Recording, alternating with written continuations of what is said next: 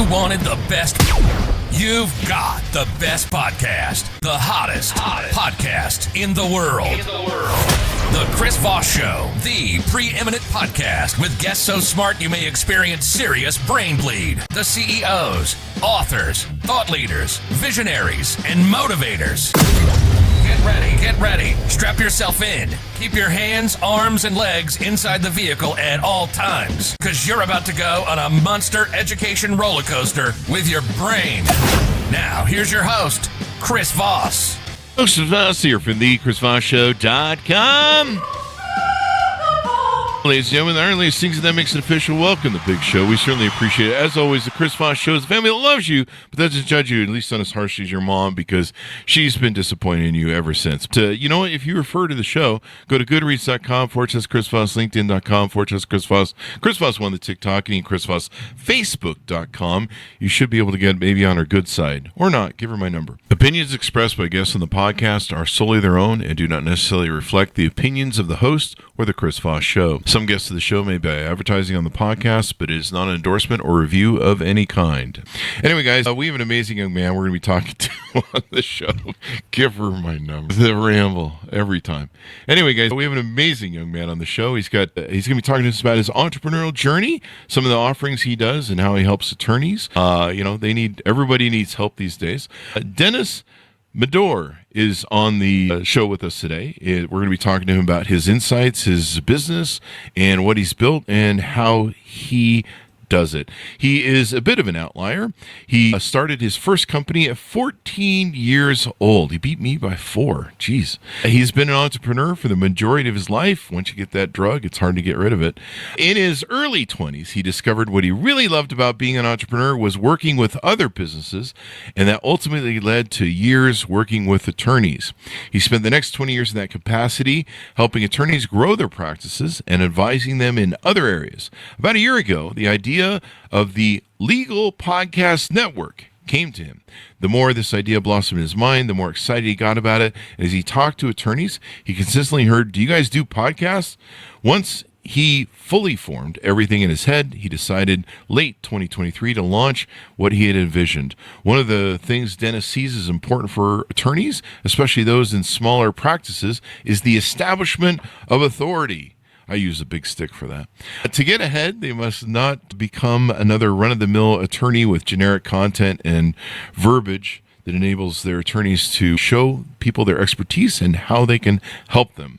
Puts them in a better position with their clients and their ideal profile. Welcome to the show. How are you, Dennis?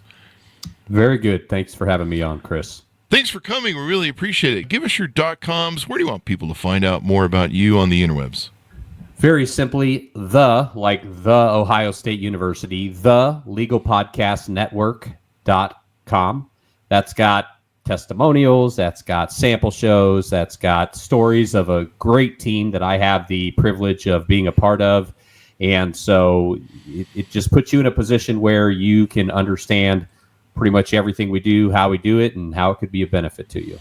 There you go. The Legal Podcast Network. So is it specifically only for attorneys? Do I have that right? Right now we have 2 main groups of people we serve, attorneys and then people who serve attorneys. Okay. Now we are open to working with other verticals, but this is the vertical I know. But we'll have dentists or chiros or whatever. Hey, can you do this for me? Absolutely. Yeah. We can help you. And that's part of our eventual expansion. But for right now, we really are drilling down and focused on attorneys. So give us an overview of how this works. What do you do for attorneys? Very simply, what we're trying to do is help them differentiate themselves in their marketplace. The legal industry has become vastly commoditized, especially because of the internet. You've got directories, you've got Google just listing A to Z.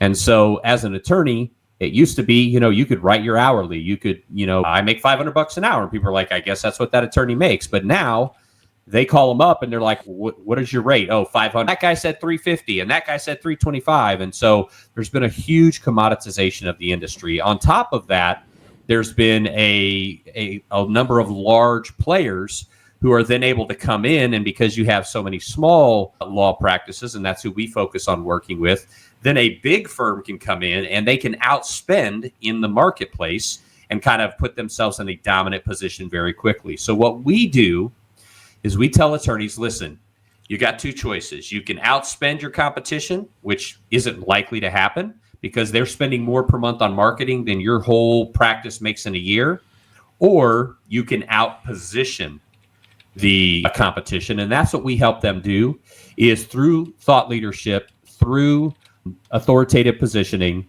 we help them set themselves apart from the myriad of other attorneys that are in their marketplace. How do we do that?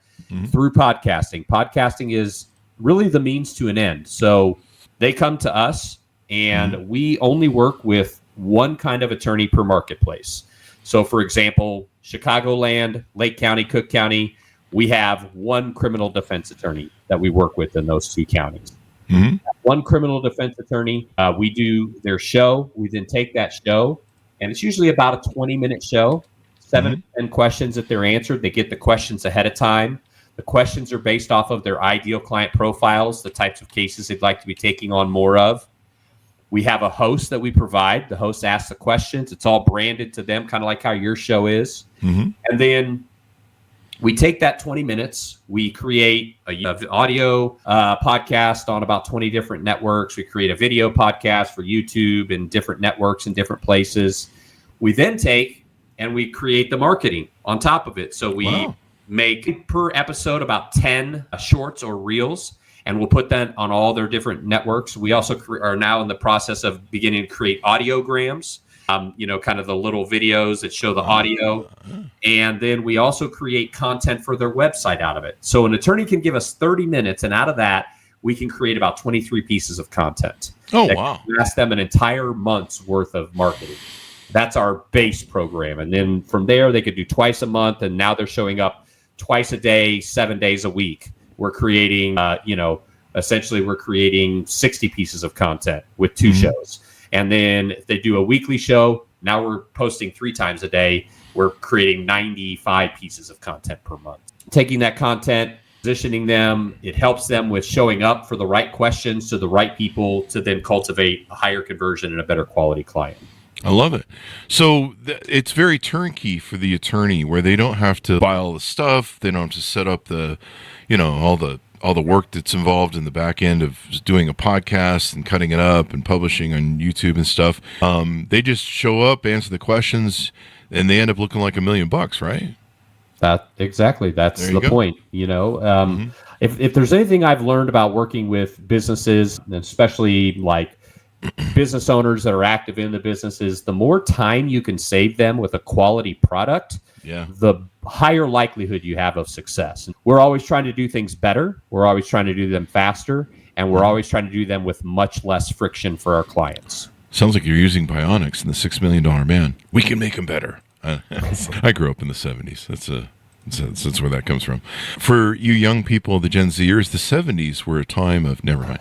Anyway, so I love this process because, you and I are both in podcasting. We know how hard this is to, it's so many people just approach this business and they're just like, it can't be that hard. You just get a microphone and you just press record and you're done. And it's much harder than that. That's why there's 1 million zombie podcasts that are out there. I think last I heard there was like 500,000 dead zombie podcasts on what's the free service that Spotify owns? I can't remember. It's like a cheapo service, but hosting service. But I mean, so many of these podcasts, they really don't get traction. You need someone to make you look good. I mean, we get, I don't know, about a couple hundred freaking applications to the show every month on the Chris Voss Show, and we go look at their appearances when they appear at other places, and it just makes our head spin sometimes. Number one, some people think they're more interesting than they are, which is probably me too as well. I'm throwing some rocks. I don't think I'm that great, but also, the delivery, the energy. And then sometimes the host is bad too, right? Like I am. The host is awful. They ask horrible questions. They don't really get to the point.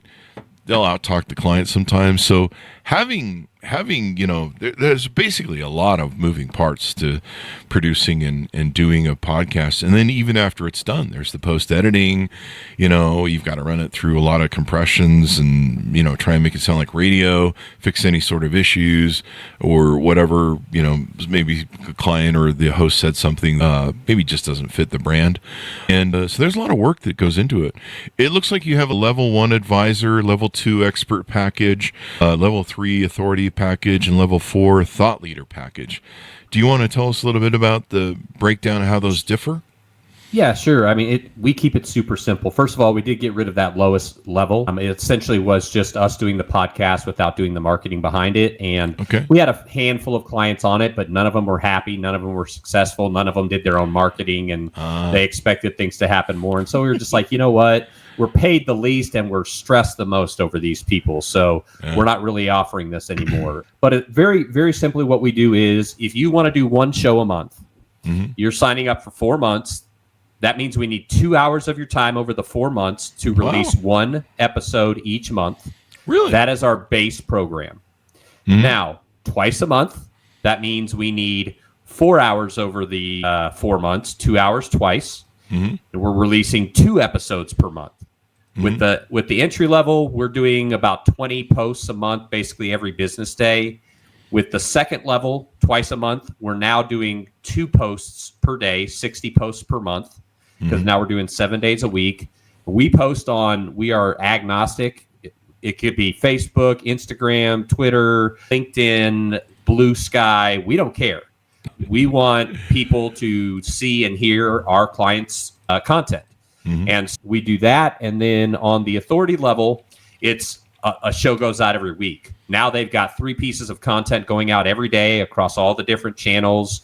Plus, they have a full show going out every week. Plus, with every show, we take that transcript, we edit it, and format it into FAQ content for their website. So we're just, helping them with, we build them a YouTube channel. We're helping them with showing up with video, short video, long video, content for their website, social media. It's kind of just an all-in-one sort of package. We're not saying that if you use us, you don't have to use anything else. But if you only used us, you wouldn't be like hurting as if you use something else that had a lot less volume to it. Wow. Well, that can really help. They have the different packages they can take and utilize, and so really 2 hours, 4 hours. That's not a lot of time. You don't have to deal with any of the brain damage. Do they show up in a studio setting, or is it done like we were doing right now, like over StreamYard or Zoom or some sort of thing? It's over StreamYard. We started with Riverside, and there's just some. Really, what we found is some attorneys have old computers, and when they have those old computers, it just doesn't process right for the way the Riverside depends so much on those recordings. Whereas StreamYard depends more on the stream itself and does still do those backup recordings, which are great to have. But so we sort of switched over to that. And what we do is we coach them. We have, here's like an entry level of what you need for a microphone. We teach them you need good background, good microphone, good camera, and good lighting. And so with those 4 things, pretty much, it's okay to look like you're just sitting across the desk from the attorney. A lot of our podcasts kind of look like that, like you're literally just sitting across the desk from the attorney. But that's what we want, because these people are, they're looking, they have a high asset divorce. They want to know what's going to happen to their second home during a divorce. So now they find this little, 5-minute clip from a 20-minute podcast. They listen to the clip, they watch the podcast, they go to the website, they see the FAQs, they see other videos. Now they call the attorney, and the attorney has gone past the note, and it's just the trust. And so with a commoditized industry where the first question people ask most attorneys is, how much? It now becomes, how can I work with you? And that's a vastly different question. Definitely. And, setting up podcasts is one of the great things to do. And of course, host it. Do you help them on their websites to put like a podcast page on the website, or do you have them set up a separate website for the podcast? Or we do. If they give us access, then we tell them we can set up a page for that. We can set up your FAQ page to have your podcasts that have to do with the answers. So we kind of do a couple of different things. And, you were talking about earlier about how it takes so many, pieces to the puzzle and so much to really produce this stuff. Yeah. We have about 32 people on our team, with 3 of them being in sales. So almost 95% or whatever of our team, or over 90% of our team is doing social media, is building shorts and reels, is doing the finished production, is doing the front end production, is doing hosting. There's just so many things that the people, they're doing quality check on videos. There's so many things that our team does in order for us to be able to put out a good product for our client. There you go. Yeah, I mean, it's a lot of work, and you can't half-ass this sort of thing. It's amazing to me how many people don't treat this like a business that go into podcasting, and some people just think it's easy. It's like, oh, you just tweet on Twitter or something. It's not. I mean, anything of value is complex. I mean, the work we put in the Chris Voss Show, especially after 16 years, is more complex than it's ever been. And it keeps getting more complex. I mean, AI is helping out a lot, but, even then, it takes skill to be a good host. I mean, it really does. I spent most of my life growing up watching Johnny Carson. It takes skill to be interesting. It takes skill to live produce on the fly. And so the fact that you provide those hosts that are good at what they do, and they're good at handling different types of clients, different people, and trying to bring the best out, I mean, that's what we try and do on the show. We want our guests to look good. We want to bring them out. I mean, it doesn't help us if our guests look stupid, so we're not going to treat them that way on the show, or we're not going to. Well, you have a big build-up how you have the greatest minds in the world on the podcast, and I was just like, geez, no pressure. No pressure, yeah. In fact, we asked the guy who cut that. Originally, it was meant as a joke that we were the greatest podcast, or the whatever it was. It's in the byline, and we had a radio guy do it, the intro, and we told him, we go, the joke was written that we were the greatest podcast ever, and then, but not really, or there was some sort of self-effacing joke that rounded it off. And the guy wrote, he sent it back to me, and I go, dude, we're not the greatest podcast in the world. And he goes, it's fucking radio, dude. Just fucking own it, man. I cut it that way on purpose. And I'm like, he's done radio his life. He's like, just fucking run with it. And I was like, okay, all right. But yeah, having hyperbole. Yeah, hyperbole sells. But it's the energy too. Yeah, I mean, having a good host that can make you look good, I think is a big draw for attorneys that would want to use your service, on top of all the doing the legwork and the groundwork that no one wants to do. And that's why attorneys bill by the hour. Their time is valuable. That's why they have paralegals to do the paperwork and stuff like that. And so the fact that you've simplified this for them, because they got to go spend all day in court talking to judges and trying to keep clients out of jail, or civil stuff, et cetera, et cetera. What are some other? Well, let's talk about this. So you get your first bug at 14. Tell us about your entrepreneurial journey, because I think a lot of people want to hear about that. What was it like doing that at 14? What was it? How did you get started? I grew up in a situation where there was some struggles financially, especially from 8 to 13. My parents got divorced, and I had to learn very quickly how to not just feed myself, but my sister. And so I learned very young to kind of look around for how to make money. And I moved in with my dad at 13. Now I've got a younger stepbrother, about a year and a half or 1.5 years younger than me. And I'd had another buddy. My dad stuck me in a private school. They all had money. We didn't have money. We were like living out of like church donation type stuff, where we boxes of food and clothes from their donated pantry type stuff. Wow. And so I had a friend tell me, man, I went and shoveled snow, and I lived in Iowa and Illinois during a lot of my formative years of my childhood. And my friend tells me, hey man, I made $100 shoveling walks. So I go to my brother, and I'm like, let's go shovel some walks and we can make some money. And he's like, okay, my friend come. And I was like, sure. So we go and we take turns knocking on doors. And so we're like an hour into this thing, and we've done 2 lawns. We've all made like $15, $20 a piece. We're cold, and I'm the only one that's gotten 2 jobs. So we were taking turns of who would knock. And my brother's like, I don't want to knock. And then his friend, I don't want to knock. And I was like, I'll knock. I don't care. So I go up, and I asked the lady, I was like, hey, can we shovel your lawn or shovel your walk? And she's like, sure, $20. And I go, you have a 10 and 2 5s? And she goes, yeah, here you go. So she hands me a 10 and 2 5s.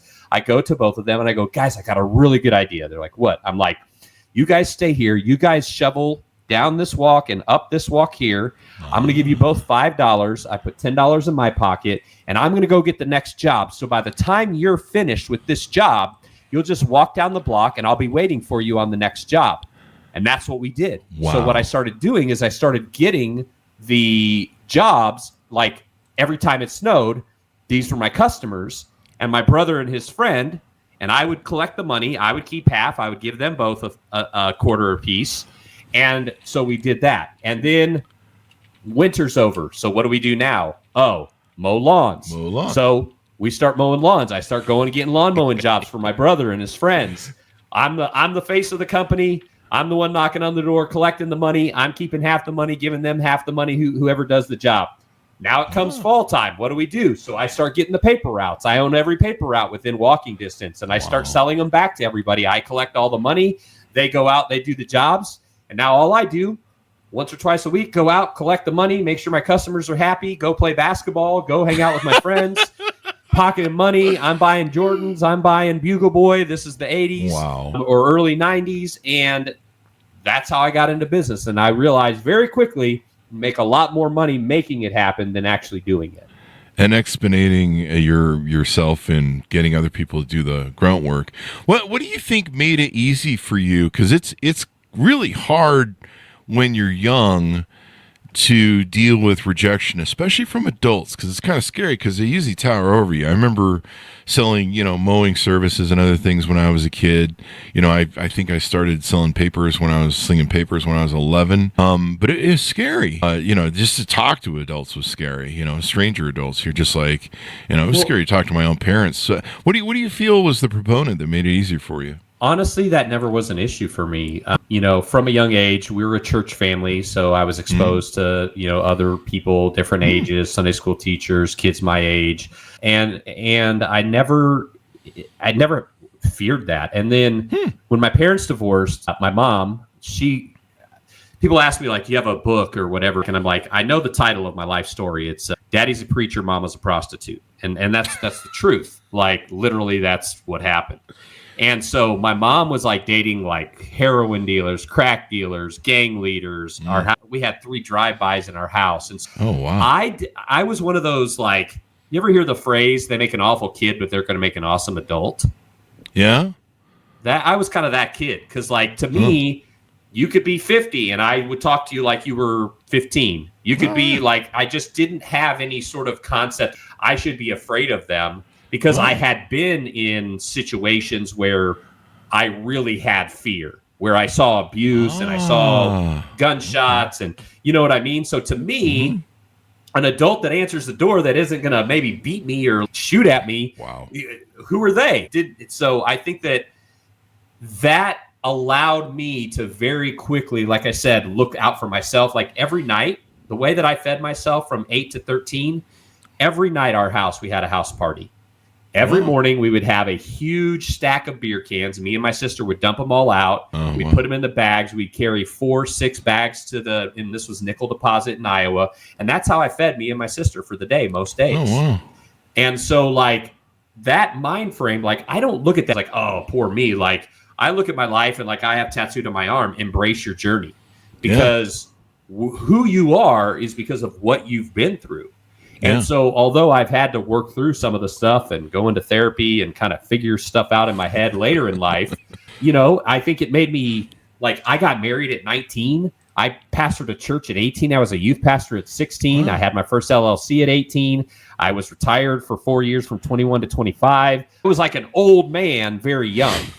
And then, never took a drink of alcohol till I was 36, never smoked weed till I was 40. Just totally opposite life. And now here I am, like living on an island, chilling. Like my kids are grown. I just got married last year. We're gonna have a child. I did life very differently. I'm 47 years old. In the last 7 years, like I lived in Austin, went out, enjoyed music, had this huge podcast with all the like artists and entrepreneurs and musicians, and got to know. I was literally 3 days away from co-hosting Austin Fashion Week with Matthew McConaughey. Oh, wow. I just have never been afraid to just, put myself out there. Like, to me, if I don't ask, the answer's already no anyway. So why not just ask? Yeah, because I love that. Yeah, you should put that on a shirt or a coffee cup, eh? I love that because, yeah, I mean, if you don't ask, the answer is no. I mean, I love that. It's already no, so you're guaranteeing it, no. It's 100% upside to ask. That's the way I've always looked at it. 100% upside. I love that, to asking. And would you say that kind of your experience as a child, they say that necessity is the mother of invention, or survival maybe. I mean, a lot of people sometimes start their own companies or try and do their own things because, there's need and necessity. And so, like you say, there's, instead of the fear of what you're experiencing in your home life was not as bad as the fear of getting rejected by people. I mean, that's the big thing that a lot of people fear in sales is rejection. Yeah. Oh, yeah. I mean, I'd say that it definitely shaped who I was, what I did, how I acted, the fact that, I mean, like I said, at 18 years old, I was pastoring people with kids my age. At 20 years old, I was running a division of phone sales in selling advertising in police FOP magazines, and the guys were the age that I'm now, and I was their manager. It was just like to me, when I was young, age is a state of mind. Now that I'm older, age is a state of mind. Like, I really don't care. Yeah. I mean, it's no, the great thing about a no, the way I think I was taught by Zig Ziglar is you're one step closer to a yes. So you kind of think people go, oh, thanks for the no. That means I'm one step closer to, the yes that I'm looking for. I don't know. That's one way I always look at it. I've always been like, no, okay, help me understand why. Give me context. Give me reason. Okay, have you considered this logical? And this is why I love working with attorneys, by the way. This is why I gravitated towards them, is because with attorneys, it's not an emotional sale. You don't have to manipulate them. You don't have to be like, if I can get you 5 customers, how much would your life change?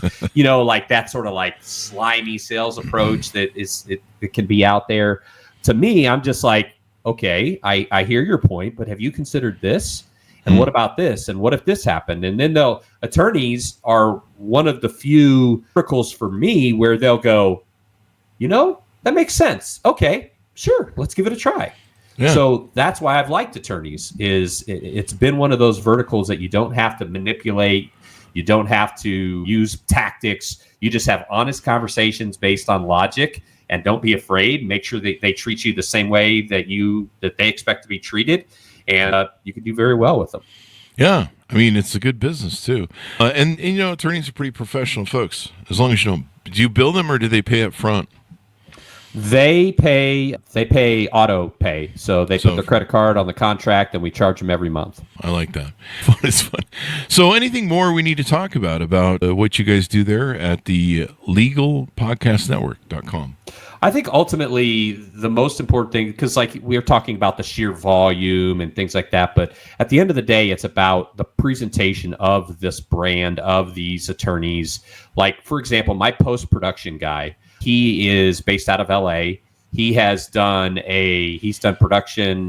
post-production on a Super Bowl commercial for Doritos. He does production for the NFL, Major League Baseball, Honda, The Economist. He's like the kind of guy that like most people would never have access to. And yet here's this attorney in, Nowheresville, USA, who's trying to get PI cases, auto accident cases. And that's the guy who's making his video look good. And so same thing like with my content director. She's worked with attorneys for 10 years. She's interviewed well over 1,000 of them. So she knows the questions to ask them. She knows how to build a content plan and how to cultivate clients through content. And so it's not just the concept that I really want to get across. It's the team of people that I have the privilege of having on my team that have bought into my vision of what we're trying to do for these businesses. Well, it's definitely a need. I'm sure a lot of other industries need that need too as well. Give us your final pitch out to people, Dennis, as we go out, and your .com so people can find you on the interwebs. So final pitch, if you are a lawyer or really any sort of knowledge worker, what sets you apart is who you are between your ears, then, you have to differentiate yourself in the marketplace. Over 82% of people solely use the internet to find their attorney. 80% of people would rather watch a video than read an article. And so you need to be where the people are, presenting to them who you truly are. And if you can do that, then you can put yourself in a position to grow your practice either by number of clients or by profitability of clients. The way to find us, our website, I think we mentioned it earlier, thelegalpodcastnetwork.com. If you'd like to link up with me directly, I am on LinkedIn. Been on there 17 years. Haven't really got serious about it till about the last year. But it's Dennis with 2 N's, R, Meador, Meador, like a meadow, but with an R on the end instead of a W, and then Junior. So Dennis R. Meador Jr. Find me on there. Connect with me. You can ask me questions directly. I always get people, they'll join me and come into my inbox. Hey, I heard you on this podcast. I say, I got a question about you. Can you help me with this? This is my practice area. Listen, if you know who your client is, or at least you can sort of get to that place with some help, we can help you get to that client. We have clients that, like one example I like to give is an attorney. His whole practice is he works with large companies who want to do their own in-house medical insurance. And that is his entire client base.